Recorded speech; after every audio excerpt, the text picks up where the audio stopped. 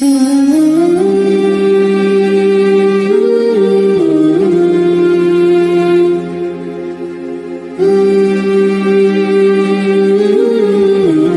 ونصلي على رسوله الكريم اما بعد اعوذ بالله من الشيطان الرجيم بسم الله الرحمن الرحيم قد قال الله تبارك وتعالى في كلامه المجيد والفرقان الحميد يا ايها الذين امنوا ادخلوا في السلم كافة ولا تتبعوا خطوات الشيطان انه لكم عدو مبين وقال النبي صلى الله عليه وسلم بلغوا عني ولو آية صدق الله العظيم وصدق رسوله النبی الکریم ونحن على ذلك من الشاہدین والشاکرین والحمد للہ رب العالمین۔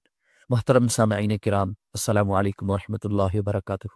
سوال یہ ہوتا ہے، ہمیں جب صحیح حدیثیں بخاری شریف میں مل رہی ہے، ہم دوسری حدیثوں کے اوپر کیوں عمل کریں؟ اور پھر صحیح بخاری میں جو حدیثیں ہیں تو ان کے اوپر اس طریقے سے ہم عمل کریں گے جیسے ان کا متن ہے، اس کو عربی سے اردو ٹرانسلیٹ کریں گے، عمل کرنا شروع کر دیں گے۔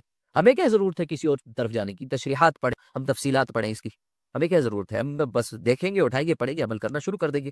اس کا وبال کیا آئے گا آپ کو میں بتاتا ہوں، وہ بھی ایک مثال سے آپ کو بتاؤں گا میں۔ پہلا سوال کہ بخاری شریف جب ہے، دوسری کتابیں کیوں؟ ہم وہی سے صحیح حدیثیں لیں گے اور اس کے اوپر عمل کریں گے۔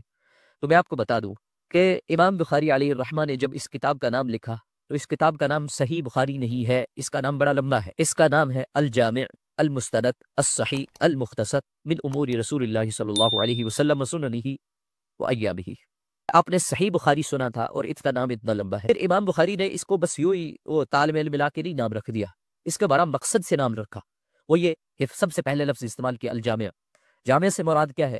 جامع کے معنی ہوتے ہیں بہت ساری چیزوں کو مختصراً ایسے جمع کرنا کہ ان کو جب پیش کیا جائے، ان کو پیش کرنے کے بعد ان کو دیکھنے والا دیکھے یا پڑھنے والا پڑھے یا سننے والا سنے، تو ان کو مختصر الفاظ میں اس کو پوری وہ پیچھے سے اس کا پس منظر جو بہت زیادہ وسیع ہے وہ سمجھ آ جائے۔ اب اس کو یوں سمجھے، علماء نے دین کے عقائد، احکامات، قوانین کو لکھا تو اس کے چند باب مقرر کیے، جیسے کہ 5 باب ہے: اعتقادات، عبادات، معاملات، معاشرات، اخلاق۔ اسی طریقے سے احادیث میں جو ہمیں سبق ملتا ہے اس کی چند ابواب ہیں: سیر، آداب، عقائد، تفسیر، فتن، اشراط، احکام و مناقب۔ ان سب کو جمع کیا گیا صحیح بخاری میں۔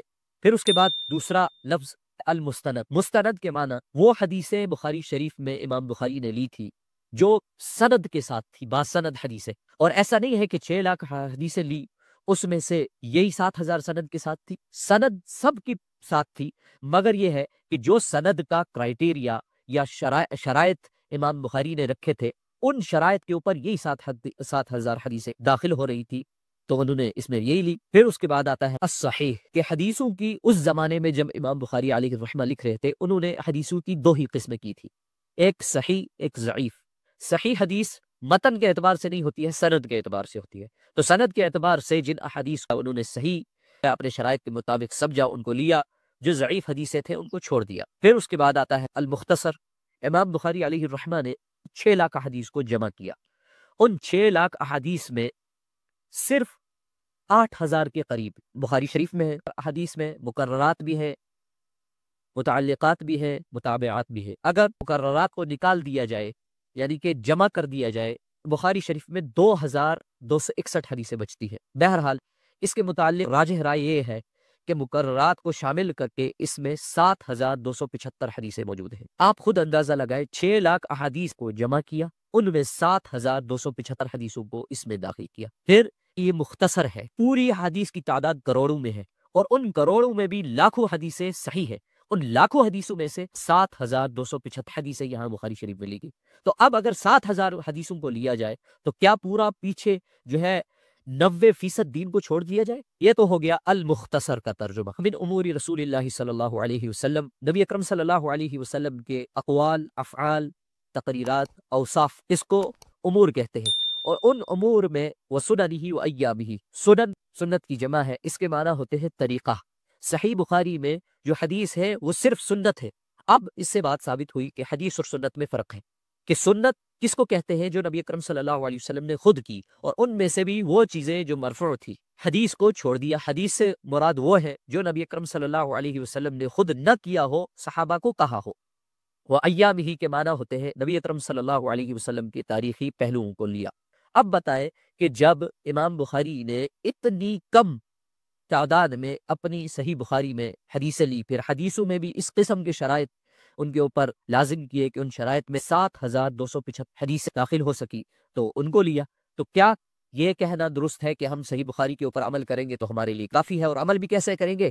جیسے ہمیں بس عربی کا اردو ٹرانسلیٹ کر دیا جائے اور اس کی تشریح معلوم ہی نہیں کہ ہے کیا، ان کے سے ثابت کیا ہوتا ہے، بس جیسا ہے ویسے ہی لے لیا۔ جیسے آپ کو میں عرض کروں، جیسا کہ اشکال ہوتا ہے کہ غیر مقلد لوگ اور ان تولا یہ کہتے ہیں کہ بخاری شریف میں تو کہیں بھی تراویح 20 رکعت نہیں ہے۔ اس کی مثال یوں آپ سمجھے، آج کل کا دور ایسا ہے کہ ہر ایک شخص جو ہے MBBS کر کے ڈاکٹر بننا چاہتا ہے، کیونکہ اس فیلڈ میں بڑا پیسہ ہے، عزت ہے۔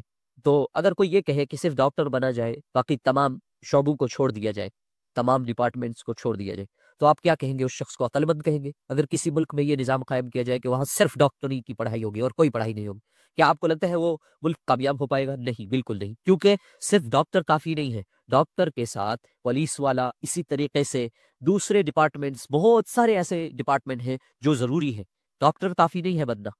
تو اگر سب ڈاکٹر بننے لگ جائے تو پھر آپ بتائیں کہ ایڈمنسٹریشن کی سروسز کون کرے گا؟ پھر آپ کہیں کہ سول سروسز کون کرے گا؟ پھر آپ سوچیں کہ لوکل ایریا میں سروسز کون پرووائڈ کرے گا؟ تو معلوم چلا کہ صرف ڈاکٹر بننا کافی نہیں ہے۔ تو ایک شخص یہ کہے کہ میں صحیح بخاری کا جو ہے باہر بنوں گا، باقی کو چھوڑ دوں گا، تو پھر وہی بات ہوگی۔ اور پھر دوسری بات یہ، ڈاکٹر کیسے بنوں گا کہ مجھے کسی استاد کے پاس جانے کی ضرورت نہیں ہے، میں گھر میں لاؤں گا کتابیں، اگر انگلش پڑھنی آتی ہے تو انگلش سے پڑھوں گا، انگلش نہیں پڑھنی آتی انگلش کو اردو گوگل ٹرانسلیٹ کے ذریعے سے کروں گا، تو بس پڑھنا شروع کر دوں گا۔ نہ کوئی طریقہ، نہ کوئی سمجھانا، نہ کوئی ورک شاپ، نہ تھیوری، نہ پریکٹیکل، کچھ بھی نہیں، نہ استادوں سے پڑھنا، نہ کچھ۔ تو کیا آپ کو لگتا ہے وہ ڈاکٹر بن جائے گا؟ اگر بن بھی گیا تو کامیاب ہو پائے گا؟ نہیں۔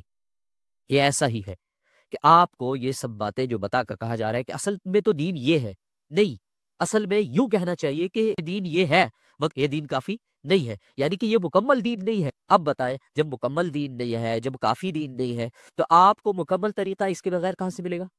ظاہر سی بات ہے، دوسری حدیثوں میں وہاں بھی تو صحیح حدیث ہے، جو آپ کو سمجھایا جا رہا ہے وہ بالکل ناقص ہے۔ آپ اگر اسی طریقے سے چلتے گئے تو آپ ایک وقت آئے گا کہ آپ ملحد یا مرتد ہو جائیں گے، کیونکہ آپ کے پاس جو علم ہے وہ بالکل مختصر ہے، اور آپ جس چیز کے اوپر چل رہے ہیں نا، وہ طریقہ وہ نہیں ہے جس کے اوپر چل کے آگے آپ کو کامیابی ملے گی۔ مانا کہ بخاری شریف میں صحیح حدیث ہے، مگر اس کے علاوہ لاکھوں احادیث، صحیح احادیث دوسری کتابوں میں بھی ہیں۔ آپ کیا سوچ رہے ہیں کہ بخاری شریف میں لکھا ہوا ہے کہ نبی اکرم صلی اللہ علیہ وسلم ایک رکعت وتر پڑھتے تھے؟ اب وتر کے ترجمے میں جب آئیں گے تو وتر طاق کو طاق سے 3 ہو سکتے ہیں، تو اب 5 کیوں نہیں ہو سکتے؟ 7 کیوں نہیں ہو سکتے؟